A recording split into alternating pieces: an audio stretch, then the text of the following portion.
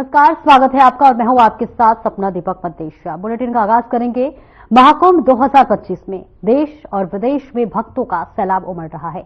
ऐसे में अब जल्द ही यूपी सरकार के कैबिनेट मंत्रियों के भी महाकुंभ पहुंचने की चर्चा है। आपको बता दें, मुख्यमंत्री योगी आदित्यनाथ के नेतृत्व में महाकुंभ में यूपी सरकार की कैबिनेट बैठक आयोजित की जाएगी। प्रयागराज में जल्द ही कैबिनेट मंत्री इस बैठक के लिए पहुंच सकते हैं। दरअसल कैबिनेट बैठक प्रयागराज में आयोजित करने पर फैसला हो चुका है, लेकिन अभी तारीख तय करना बाकी है। जानकारी के मुताबिक आपको बता दें कि महाकुंभ में होने वाली योगी सरकार की बैठक में पहले मंत्री संगम से स्नान करेंगे और उसके बाद बैठक में हिस्सा लेंगे। आपको बताते चले कि ये दूसरी बार होगा जब प्रयागराज में योगी सरकार की कैबिनेट बैठक आयोजित होगी। साथ ही साथ कहा जा रहा है कि योगी सरकार जो है इस कैबिनेट बैठक में कई बड़े फैसले ले सकती है और इनमें राज्य के विकास और जनता से जुड़े कुछ फैसले होंगे।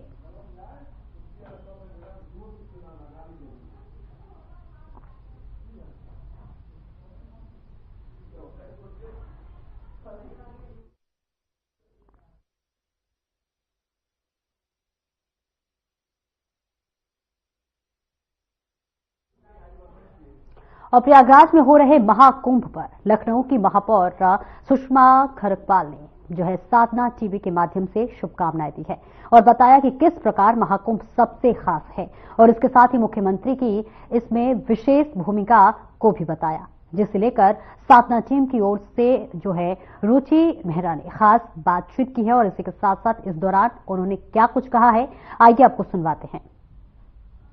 भूमि पर कुंभ का आगाज हो चुका है, आपका क्या कहना है?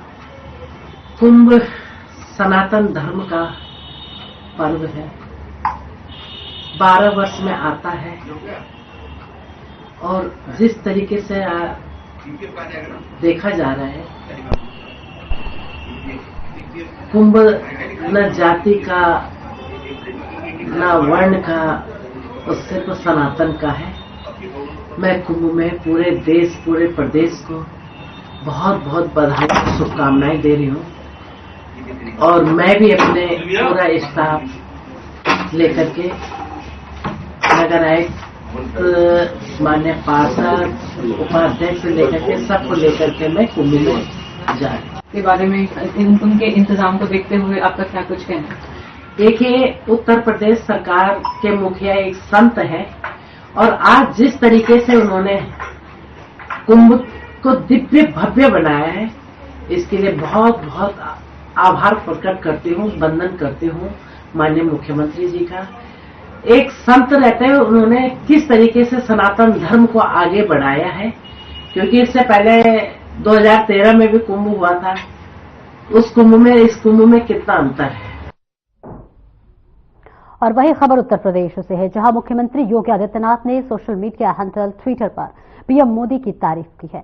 बता दें, सीएम ने पीएम मोदी की तारीफ करते हुए कहा कि प्रधानमंत्री के नेतृत्व में स्टार्टअप इंडिया पहल ने जो है पहले ने देश की उद्यमशीलता की है और नए आयाम देते हुए युवाओं एवं मातृशक्ति को आत्मनिर्भर बनाया है।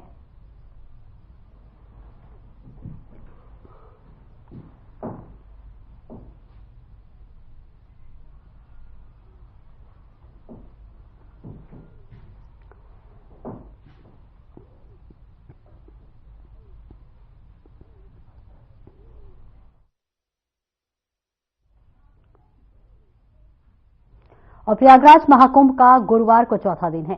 पिछले दिन 3 दिन में देश विदेश से आए करीब 6 करोड़ श्रद्धालु संगम में डुबकी लगा चुके हैं, यानी हर रोज 2 करोड़ लोग वहां पहुंच रहे हैं। मेला देखने के लिए 10 देशों से 21 लोगों का प्रतिनिधिमंडल भी बुधवार को प्रयागराज पहुंचा। इसमें जो है सिंगापुर, दक्षिण अफ्रीका, मलेशिया, मॉरिशस और श्रीलंका, फिजी, फिनलैंड और गोयाना, त्रिनिदाद और टोबैको और यूएई शामिल है। महाकुंभ के चौथे दिन श्रद्धालु संगम में डुबकी लगा रहे हैं, तो वहीं 14 जनवरी को मकर संक्रांति के मौके पर 3.5 करोड़ से ज्यादा श्रद्धालुओं ने स्नान किया था।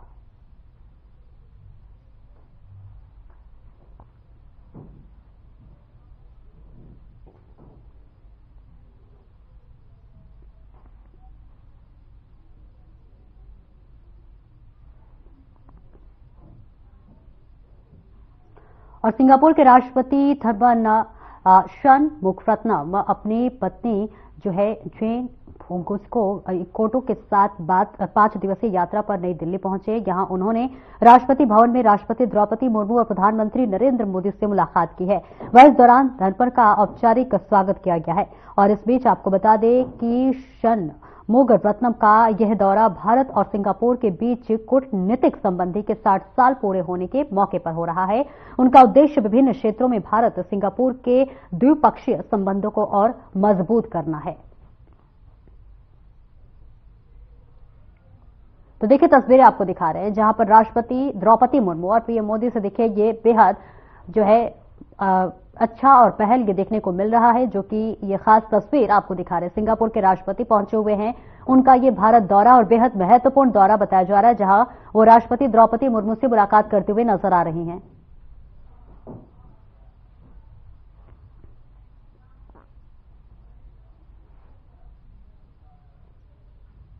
और प्रयागराज में चल रहे महाकुंभ को लेकर मुख्यमंत्री योगी आदित्यनाथ ने आगामी 29 जनवरी को मौनी अमावस्या के मौके पर 8 से 10 करोड़ श्रद्धालुओं के संगम स्नान की संभावना के दृष्टिगत व्यवस्थाओं को और बेहतर बनाए जाने के निर्देश दिए हैं। बता दें कि चले कि बुधवार को शासन स्तर के वरिष्ठ अधिकारियों के साथ बीते 3 दिनों की स्थिति की समीक्षा करते हुए उन्होंने कहा कि पौष पूर्णिमा और मकर संक्रांति के 2 प्रमुख स्नान पर्वों पर 6 करोड़ से अधिक लोगों ने त्रिवेणी स्नान को पुण्य लाभ प्राप्त किया है। तो वहीं आगामी 29 जनवरी को मौनी अमावस्या के अवसर पर 8 से 10 करोड़ लोगों के आने की संभावना है और ऐसे में व्यवस्थाओं को और भी बेहतर करने की आवश्यकता है। तो वहीं मुख्यमंत्री ने निर्देश दिए हैं कि रेलवे के साथ संवाद बनाकर महाकुंभ स्पेशल ट्रेनों का जो है समयबद्ध आवागमन सुनिश्चित कराया जाए।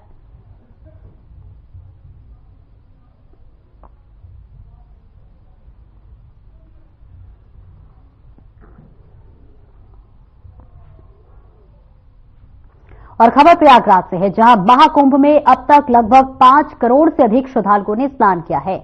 आपको बता दें कि 13 जनवरी से शुरू हुए 45 दिवसीय महाकुंभ के तीसरे दिन भी श्रद्धालुओं ने त्रिवेणी संगम पर पवित्र डुबकी लगाई है। हर रोज करोड़ों लोग त्रिवेणी संगम में डुबकी लगा रहे हैं। आपको बता दें कि पहले शाही स्नान के दौरान साधु संतों के साथ 3 करोड़ से अधिक लोगों ने डुबकी लगाई थी। 2 दिन में 5 करोड़ 50 लाख श्रद्धालुओं ने आस्था की डुबकी लगाई है। महाकुंभ 13 जनवरी से शुरू है, जो कि 26 फरवरी को खत्म होगा और इस दौरान कुल 6 स्नान है, जिसमें से 3 अमृत स्नान है और इसके साथ ही प्रयागराज के त्रिवेणी संगम घाट पर शाम को धूमधाम से आरती भी की गई।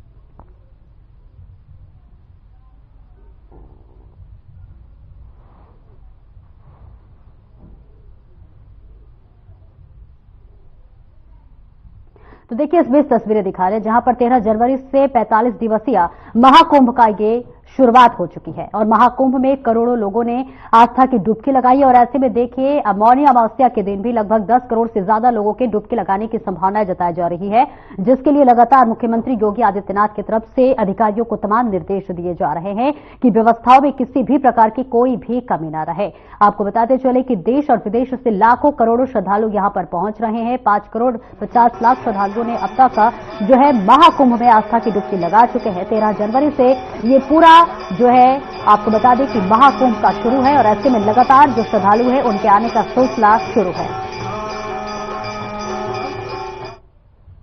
और प्रधानमंत्री नरेंद्र मोदी ने नवी मुंबई में इस्कॉन के श्री राधा मदन मोहन जो है मंदिर का उद्घाटन किया है, जहां पीएम मोदी ने जनता को संबोधित करते हुए कहा कि देश में विकास और विरासत एक साथ आगे बढ़ रहे हैं। विरासत के माध्यम से विकास के इस मिशन को इस्कॉन जैसी संस्थाओं ने महत्वपूर्ण समर्थन मिल रहा है। हमारे मंदिर और धार्मिक संस्थान हमेशा सामाजिक चेतना के केंद्र रहे हैं।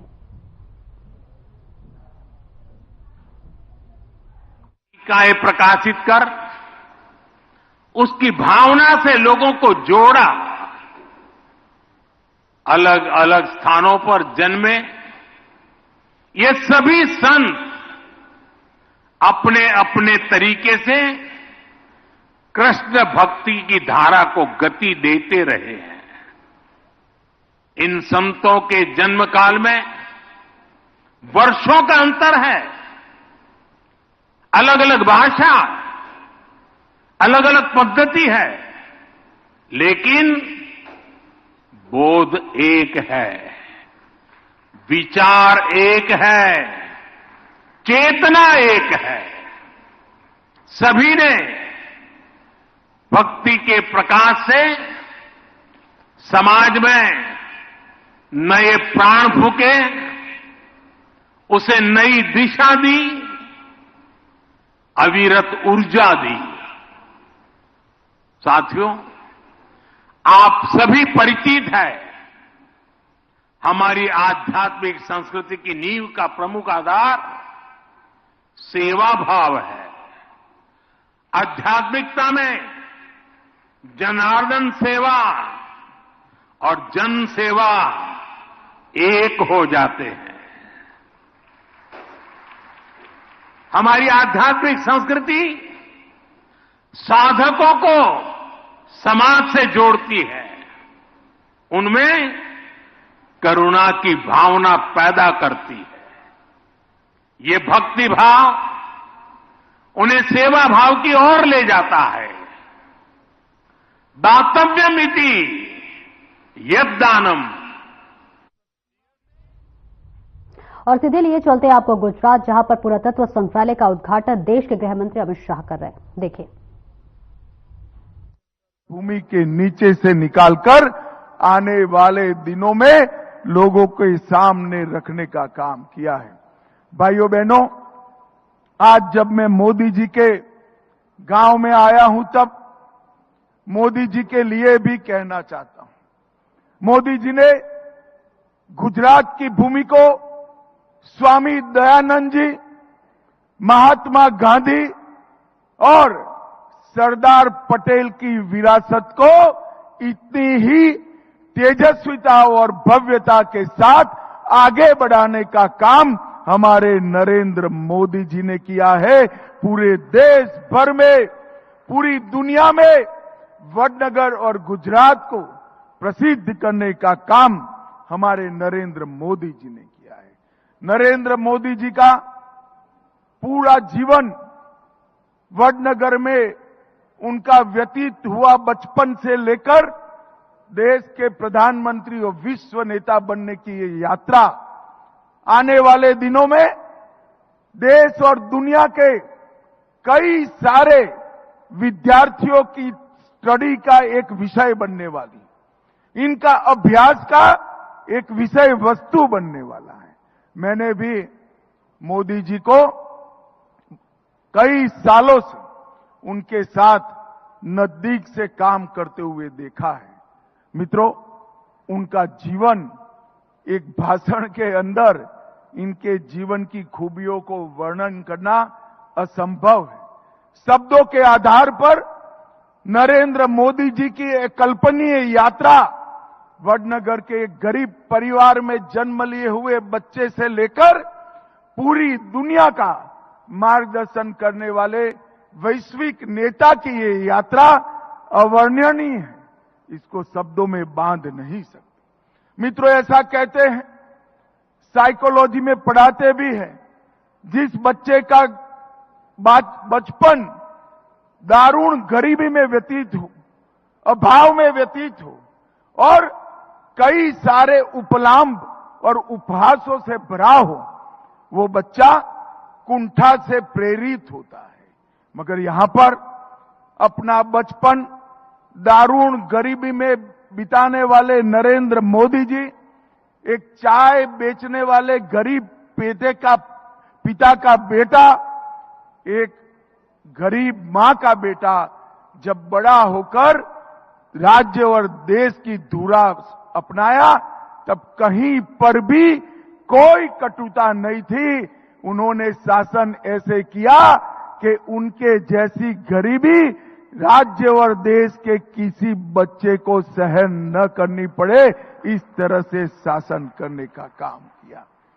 बहुत सारे बच्चे जब कुंठा से प्रेरित होते हैं, तब विध्वंसकारी सोच पर आगे बढ़ते हैं, बदला लेने की भावना को पालकर बड़े होते हैं। मोदी जी ने अपने जीवन में अपने भाग्य ने दी गरीबाई को, एक करुणा को, गरीबाई को करुणा में बदला और एक ऊर्ध्व गति की सोच के आधार पर समग्र भारत के गरीबों का कल्याण करने का काम नरेंद्र मोदी जी ने कहा। और इसके साथ ही करोड़ों गरीबों के जीवन में भूख भरने का काम नरेंद्र मोदी जी ने किया। उनको घर, गटर, शौचालय, गैस, पीने का पानी, बिजली, दवाइयां और मुफ्त खाने का राशन देकर हर बच्चे के जीवन को सुखी करने का काम एक गरीब घर में पले हुए बच्चे ने किया।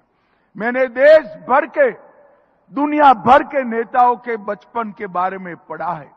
इतनी विपरीत अवस्था में जन्म लेकर जरा भी कटुता पाले बगैर समग्र समाज का भला करने की सोच एक ईश्वर दत्त प्रतिभावान संपन्न बच्चे में ही आ सकती है, और वो हमारे वडनगर का बेटा नरेंद्र मोदी था। बचपन के अंदर शिक्षा में कई कठिनाइयां हुई। उससे लेकर गुजरात में जब मुख्यमंत्री बने, प्राथमिक शिक्षा को महत्व दिया।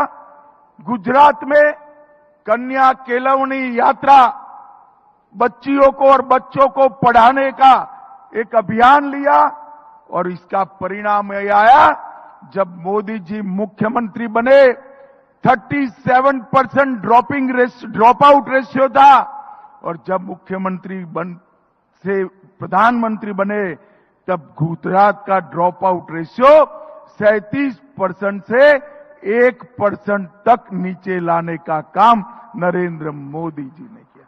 100% बच्चे एनरोल हो, अपनी कक्षा ज्वाइन करे, इसके लिए भी काम किया। और जब वो आरएसएस के प्रचारक बने, पूरे गुजरात में एक भिक्षुक की भांति पूरे गुजरात का प्रवास किया। हर वर्ग के, हर जाति के, हर धर्म के लोगों के घर पे भोजन किया, और पूरे गुजरात की समस्याओं का उन्होंने जानकारी लेने का काम किया। और जब किसी भी पॉलिटिकल बैकग्राउंड के बगैर अपने प्रतिभा के आधार पर राजनीतिक क्षेत्र में काम करते करते मुख्यमंत्री बने, गुजरात में की समस्या जो उन्होंने स्टडी की थी, इसको एक एक कर इसका समाधान करने का काम नरेंद्र मोदी जी ने किया। संगठन आधारित एक पार्टी की कल्पना की, जनमत संग्रह, जाति के आधार पर नहीं, व्यक्तित्व के आधार पर नहीं, जनमत संग्रह परिवारवाद के आधार पर नहीं, जनमत संग्रह विचारधारा के आधार पर और विकास के आधार पर जनमत संग्रह, लोकप्रियता पार्टियों की प्राप्त करने का नया प्रयोग गुजरात में नरेंद्र मोदी जी ने किया।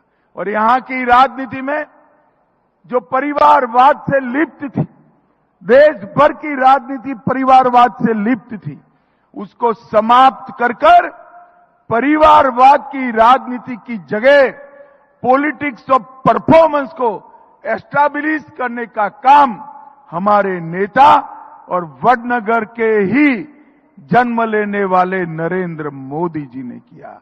गुजरात के अंदर एक सर्वसमावेशी, सर्वस्पर्शीय विकास का मॉडल बना, जिसमें विकास में, वो मॉडल में राज्य का कोई भी क्षेत्र अछूता नहीं था और राज्य का कोई व्यक्ति ऐसा नहीं था जिसका समावेश नहीं। वन बंधु कल्याण योजना, सागर खेड़ू कल्याण योजना, 24 घंटा गांव में भारत भर में पहली बार बिजली पहुंचाना, रोड नेटवर्क, इंफ्रास्ट्रक्चर, सौर ऊर्जा के प्रयोगों की शुरुआत, स्ट्रक्चर्ड शहरी विकास और स्ट्रक्चर्ड ग्रामीण विकास और संपूर्ण शिक्षा के प्रयोग गुजरात में करें।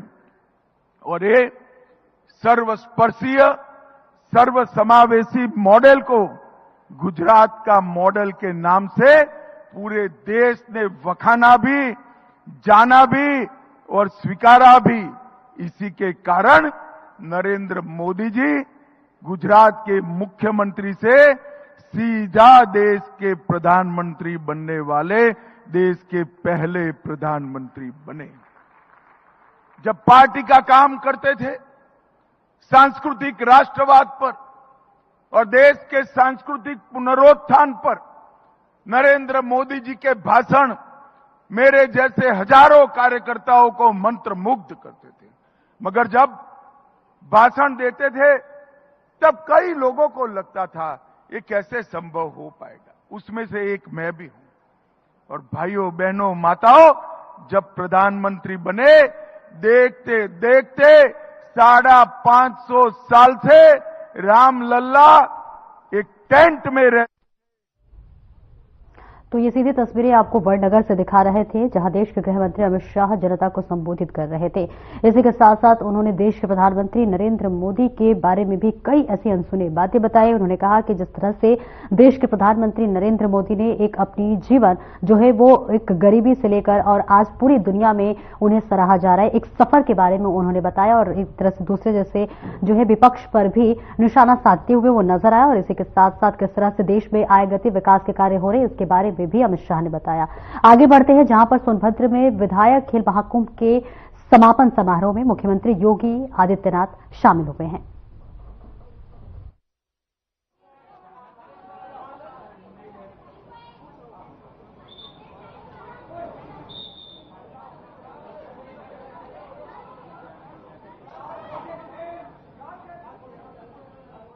सीधी तस्वीरें आपको सोनभद्र से दिखा रहे हैं, जहां पर समापन समारोह में जो है सूबे के मुखिया योगी आदित्यनाथ शामिल हुए हैं।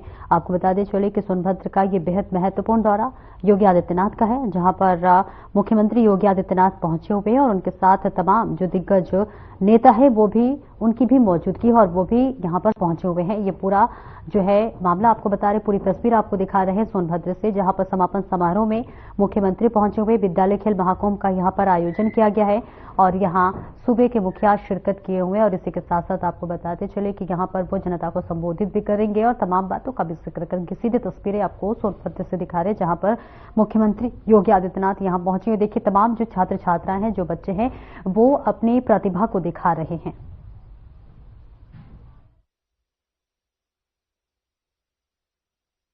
तो सीधी तस्वीरें आपको दिखा रहे थे, जहां पर सूबे के मुखिया योगी आदित्यनाथ पहुंचे हुए हैं। खेल समारोह में देख रहे हैं आप, दिखा रहे थे तस्वीरें, जहां पर तमाम छात्र छात्राएं जो थी वो अपनी प्रतिभा को दिखा रही थी। बेहद महत्वपूर्ण दौरा ये मुख्यमंत्री का है, जहां पर तमाम उनके साथ दिग्गजों की भी मौजूदगी है। यहां पर मुख्यमंत्री योगी आदित्यनाथ जो है संबोधित भी करेंगे। इसी के साथ साथ तमाम जो छात्र छात्राएं हैं वो यहां पर अपने अपने प्रतिभा, अपने अपने कौशल को दिखा रहे थे। मैंने आपको तस्वीरें भी हमने आपको दिखाई और इसी के साथ साथ यहां पर मुखिया पहुंचे हुए हैं। बेहद महत्वपूर्ण उनका दौरा माना जा रहा है। और आगे बढ़ेंगे, जहां पर लखनऊ में अखिलेश यादव ने प्रेस वार्ता की है और ये प्रेस वार्ता सपा कार्यालय में आयोजित हुई है। यहां पर सपा के कई कार्यकर्ता मौजूद हैं। प्रेस वार्ता के दौरान सपा प्रमुख अखिलेश यादव कई मुद्दों पर चर्चा की और इसके साथ साथ विपक्ष पर भी जमकर निशाना साधा। कई परिस्थितियों में जहां सरकार समय समय पर डराती है, उनके अधिकारी अन्याय करने के लिए हमेशा तैयार रहते हैं, उस समय किसान, समाजवादी पार्टी और हम पर भरोसा कर रहे हैं। मैं अयोध्या वासियों का और खासकर किसानों का बहुत बहुत धन्यवाद और आभार प्रकट करता हूं। अभी जब बात शुरू हुई तो ये कहा गया कि ये भारतीय जनता पार्टी के भी कार्यकर्ता रहे हैं और आज इनके साथ भी अन्याय हो रहा है। और सच्चाई तो ये है कि इधर जिस तरीके से सरकार काम कर रही है, भारतीय जनता पार्टी के लोग भी जानते हैं कि भारतीय जनता पार्टी उनकी सगी नहीं है। इधर जिस तरीके से भारतीय जनता पार्टी फैसले ले रही है, काम कर रही है, भारतीय जनता पार्टी के लोग भी ये महसूस कर रहे हैं कि भारतीय जनता पार्टी उनकी सगी नहीं है। और मैं एक उदाहरण नहीं, कई उदाहरण दे सकता हूं। जो हमारे किसान यहां पर आए हैं, इनका तो सब कुछ छीना जा रहा है।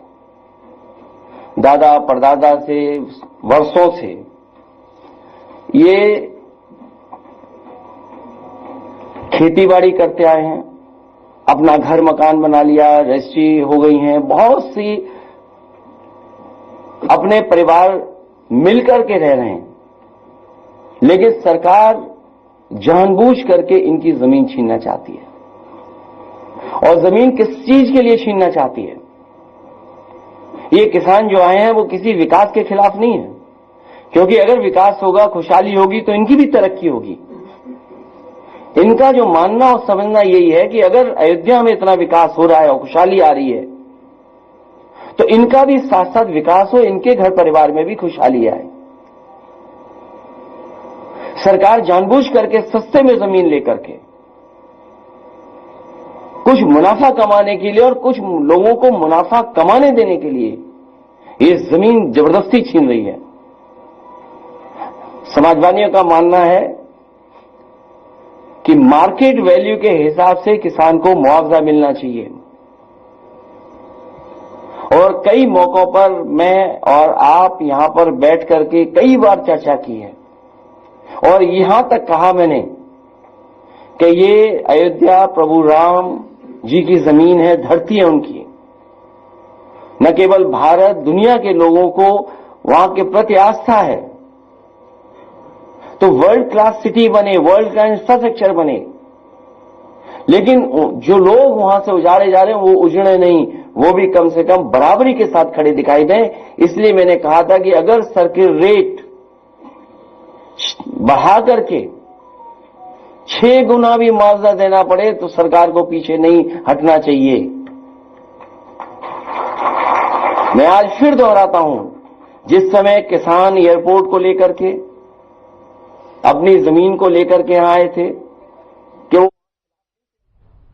फिलहाल इस बुलेटिन में इतना ही। नमस्कार।